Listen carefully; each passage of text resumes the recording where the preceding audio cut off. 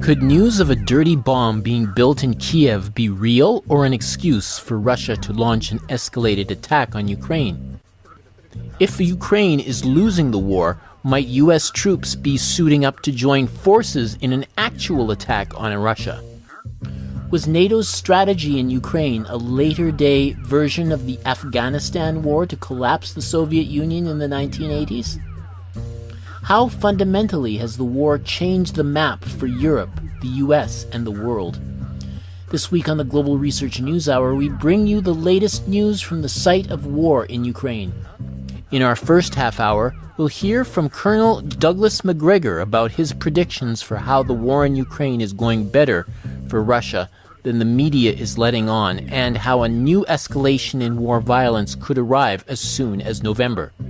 Right now, as tensions begin to develop in Ukraine, it's my privilege to have with me Colonel Douglas McGregor. He's a retired U.S. Army colonel and a government official. He was a former advisor to the Secretary of Defense, and he's been outspoken in many interviews against the current narrative surrounding the Russian attack on Ukraine, and joins us now to comment on recent actions and the direction the war may be headed. It's a pleasure to host you here, Colonel McGregor. Welcome. Thank you. Now, there's currently a lot of talk that the Russian government released information about a dirty bomb being used by the Ukrainians as a false attack, flag attack. It's a conventional explosives with radioactive material. What kind of evidence do you know of that substantiates such a claim? Well, about 3 weeks ago, President Zelensky, according to the Ukrainian media, as spokesman for the Ukrainian media, announced that he was directing the establishment of a cell consisting of engineers and scientists, Ukrainians, of course, and that they were going to work on a quote-unquote dirty bomb development. And as you point out, the so-called dirty nuclear bomb involves the use of conventional explosives with spent uranium from a conventional nuclear power plant. This uranium is not weapons grade. That is, it's not plutonium, it's not enriched, but it can be used in combination with a conventional explosive to effectively contaminate a very large area that could result in people becoming very ill with radiation poisoning or worse. Now, this was roughly 3-4 weeks ago. This was not the first time that President Zelensky has brought up the issue of nuclear weapons. Last year, long before this war even started, he raised issues about arming Ukraine with nuclear weapons. These kinds of things were largely ignored, but he mentioned it again in January, and the Russians made it clear that if a nuclear weapon was used against them, they would retaliate. But Putin has said from the very beginning that the Russians have no intention of using nuclear weapons in Ukraine or anywhere in Eastern Europe. And they've said, he personally has said that several times, and that nuclear weapons are purely retaliatory. Now, recently, the Russians have become concerned because they say they've detected real evidence for the effort to build such a weapon. I have no idea. I do know, though, the following. First of all, Ukraine is not only losing this war, Ukraine is very close to collapse, the very opposite of what you're hearing through the Western media. And I think as a result, they're extremely desperate. And one act of desperation would be to use such a weapon in proximity to Russian troops. And that would mean somewhere in southern Ukraine, because the area the Russians now control is an area inhabited overwhelmingly by Russians, not Ukrainians.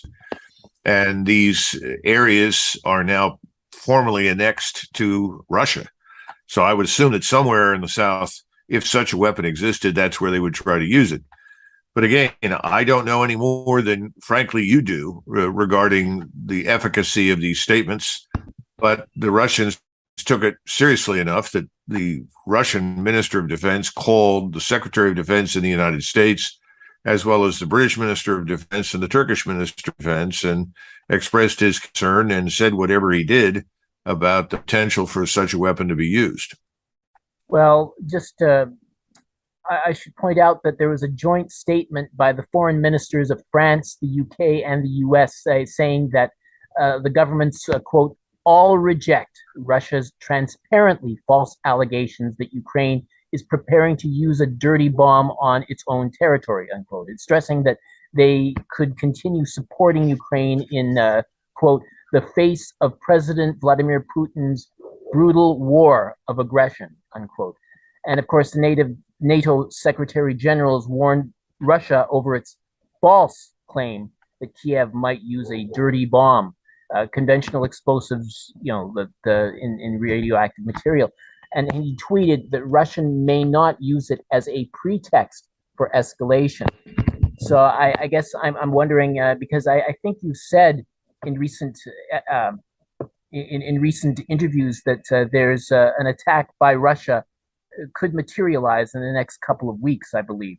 So I guess I'm wondering, first of all, how you would refute the claims of the Western representatives, and then also maybe comment on the kind of escalation that Jens Stoltenberg and others anticipate. Well, first of all, Russia has always enjoyed escalation dominance in this conflict. The Russians initially went in with a very small force, less than 20% of their ground force. They went in on a very broad front in very small groups of battalion-size organizations. That's 800-900 men. And the objective was to minimize damage to civilian infrastructure, minimize loss of civilian life, frankly. They went in that way with the assumption that there would be negotiations, because at the time what they were asking for was recognition of the rights of the Russian citizens. This is something they've asked repeatedly in the Minsk Accords. They were asking for it again in the context of the two so-called breakaway republics in the East. And they wanted recognition for the legitimate ownership of Crimea by Moscow. Now, these things were rejected out of hand. And of course, the demand for Ukrainian neutrality was rejected. But towards the end of April, after meeting in Istanbul, there was an attempt by Zelensky to say, look, we could live with neutrality and we'll discuss the rest. That was suddenly squashed. And over the next 2 months, I think the Russian general staff kept arguing for a much larger and more decisive operation. And again, President Putin was unwilling to go there, but did agree that they would go in and protect the Russians living in southern Ukraine. One of the reasons initially that the Russians living in Ukraine stayed away from the Russian forces entering the country was that the Russians had always said that they would leave once they had successfully destroyed Ukrainian armed forces. So the Russian attitude inside eastern Ukraine was, well, if you're going to leave, then we're not going to cooperate with you, because if we do, we'll all be shot and killed by the Ukrainian secret police after you leave. This changed, and President Putin altered the parameters of the operation, said, no, we will stay now, we will protect you, and that's what the Russians have done. At the same time, the Ukrainians, of course, have launched hundreds of counterattacks in which they've lost 10, 20, 30, 40,000 lives over the last few months, just devastating losses. And we continue to report that Russia is defeated and Russia is finished. And whenever the Russians have raised anything with us about the possibility of negotiations, the possibility of coming to some sort of ceasefire, we've rejected it. As a result, Putin announced this 300,000 man reservist mobilization. And it's very clear now that groups of Russian forces numbering over 500,000 have assembled in Western Russia, southern Ukraine, and in Belarus. So an offensive, a major conventional, what we would call a high-end conventional offense is coming in November and December. Precisely when, I don't know, but I think it depends very heavily on the weather, because right now the ground is still very muddy. They've had lots of rain. They'll wait until the ground freezes, because that obviously affords mobility. In the meantime, to show you just how badly things are going for the Ukrainians, they have no power. The electrical grid has been devastated. They have been unable to move forces on the railroads except with the use of diesel engines. and I'm informed that those diesel engines are being found, targeted, and destroyed. At the same time, the Ukrainians have now withdrawn their armor, tanks, armored fighting vehicles, because they don't have the fuel to move them, which puts the Ukrainians in a position of attacking either on foot or using things we call technicals, in other words, pickup trucks with automatic cannon. And the counterattacks themselves have been reduced from, say, 40 or 50,000 at a time, directed at a specific point where they dramatically outnumber the Russians, to 10,000, down to 5,000, now down to 1,200, and in some cases only a few hundred. So the Ukrainian forces have lost at least 100,000 soldiers killed, probably have another 300,000 or 400,000 wounded, maybe more. Their situation is dire. And the more dire it becomes, the more likely they are going to look for ways to drag the United States and anyone else in NATO that they can drag into the war. And that's the real danger at this point, that we will be seduced into joining the war on the ground conventionally, something which President Bush said would not happen.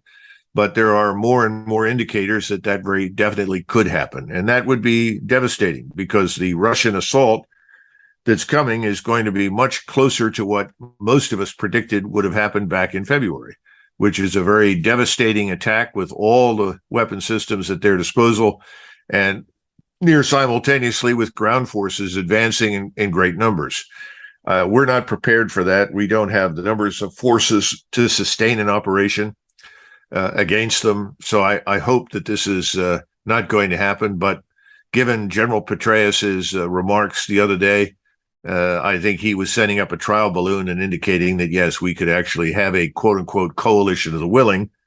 And that would probably include Poles and Romanians, because the rest of the NATO members really want nothing to do with the war against Russia. Wow. Well, I'll return back to the issue of U.S. forces going back in a minute. But I mean, you were saying that Ukraine is clearly losing, yet what we hear in the press, and I don't think this is fabricating necessarily, is that they're making advances and Russia's pulling back. You know, I mean, that Putin's pushed into a corner and may respond with, a nuclear attack or no one knows what. But I mean, could you maybe correct the reports, or at least is Russia's just going to move forward at some point in November or December to retake the positions that were lost to them? First of all, Russia hasn't lost any positions. The only area from which they have actually withdrawn was the area around and east of Kharkov, which is flat and open. And they simply decided that they would withdraw. They had only 2,000 troops up there. And when the Ukrainians attacked with 40,000, they withdrew those forces. And then they directed artillery, airstrikes, rocket artillery, conventional artillery, and killed about 40%, 30 to 40% of the attacking Ukrainian force. Ukrainians have been held there ever since and have made no further progress. Otherwise, Ukrainians have taken nothing that has not been taken back. On the other hand, there are some areas where the Russians simply decided that there was no good defensible terrain. And so they've moved from one area to another, distance of perhaps 3, 4, 5 miles, sometimes 10 miles, to a better position, which afforded them the fields of fire that they needed for effective defense. The audience needs to understand that you're fighting a war in something that's close to western Kansas as you approach the border with Colorado. There simply isn't much terrain out there of any real significance. So it doesn't make sense to hold on to ground that offers no advantage. I think that's what's happened. The West is trying, through the media with its information campaign, which is a very effective information campaign, to create the illusion that something good is happening for Ukraine and something bad for Russia. There's no evidence for that. The Russians haven't been hurt by any of this. Economically, we've been hurt. Europe has been hurt, but not Russia. And the Russian military has never really been committed in great numbers and in the way that we normally would expect to see them committed. And that's what you're going to see happen sometime in November and December. And I think that's going to be a very devastating offensive. I don't think Ukraine will survive it. I think the Ukrainian state and its armed forces will frankly collapse. So I would just tell people that They are targets of a very brilliant psychological operation run by Washington and London across Europe, the United States, and anywhere else they can get in to convince people of things that are simply not true. And that's about it. You know, Leon Trotsky, the old Bolshevik, was approached in 1920 when he was running the show inside the Communist Party of the Soviet Union. And one of his comrades said, you know, we can't publish what you want to publish. It's just not true. Trotsky smiled and said, look, paper will put up with anything you put on it. And I think what people have learned here in the West is that cable television, satellite TV, radio, whatever, will certainly put up with whatever you put on it. And that's also true for the internet. And so if you flood the airways with enough lies, frequently enough, redundantly and repetitively, eventually people assume it's true. And what I'm trying to tell you is it's not true.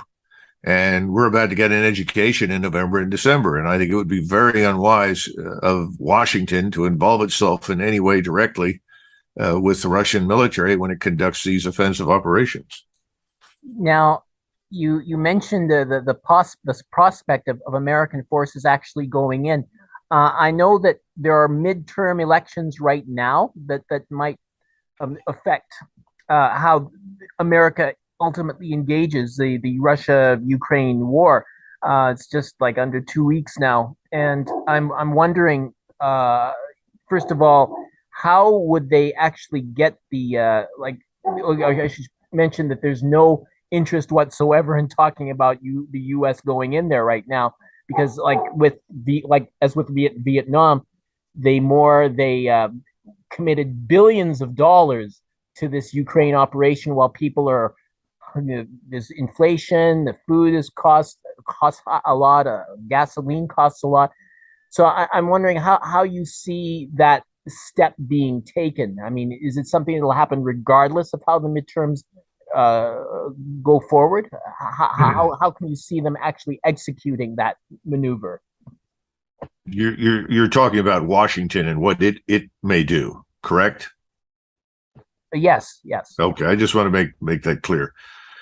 Well, first of all, I'm pretty good at a number of things. I'm very comfortable talking about military affairs in Europe, what's likely, what the Russians will do, and what the Ukrainians are doing. I grew up with large numbers of Ukrainians and Poles, and I studied in Europe for years, and I'm very familiar with Russia and its interests and its military. I, on the other hand, am not a very good domestic political analyst. I don't know what's going to happen during the midterms. My suspicion is that the Republican Party will probably win the House. It may or may not win the Senate. Who knows? Whether or not that really makes any difference is anybody's guess. Based upon my experience thus far, I haven't seen much evidence for a great change, regardless of who ends up in power in Washington.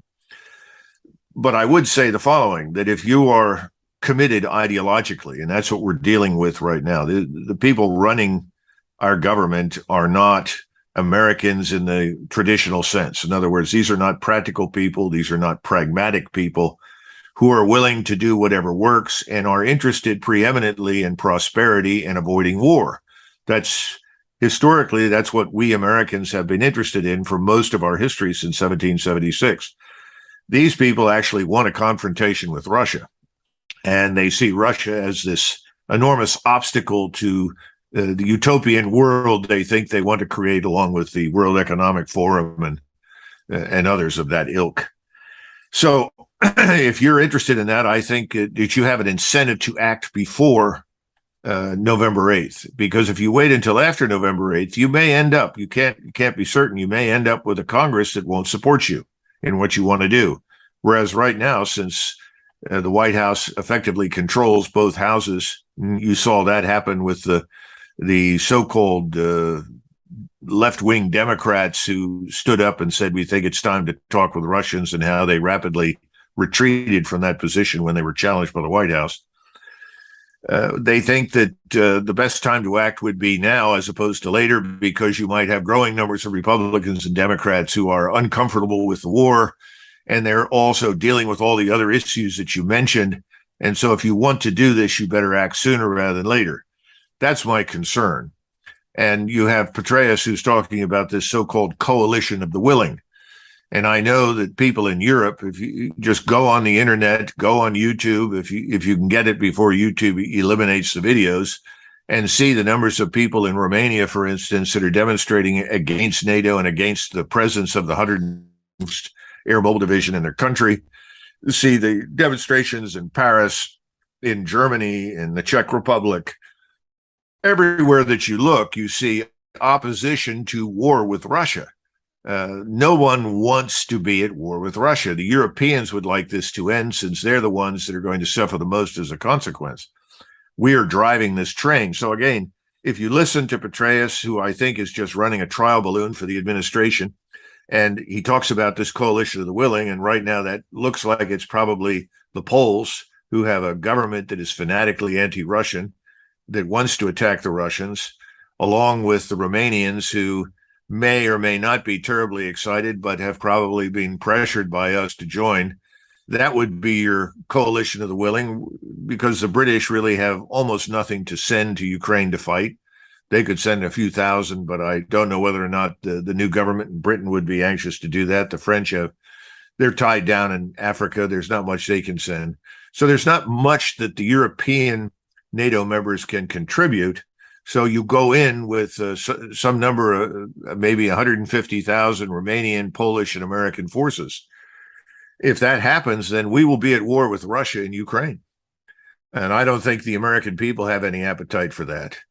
And the American people, Michael, as you know, are not really following this very carefully because they have serious problems of their own here at home that are far more important to them. And that's the problem. A minority of people are in control of your government. They are ideologues, and they are committed to this war. And they are not asking for a declaration of war. They are simply telling Congress, this is what I want you to do. And Congress is being rewarded with whatever it wants financially if it goes along with this war policy. It's a very dangerous situation. I hope it doesn't come to that. But if they wait until after 8 November, then they're very, very much in danger of being steamrollered. So I think they're probably going to try and act before then. That's not going to change the outcome. It's still not going to be good for us. But I see that as a possibility. Colonel McGregor, it's been a pleasure having you on my show. Thank you so much for your analysis and thoughts. All right, Michael. Thank you. Bye-bye.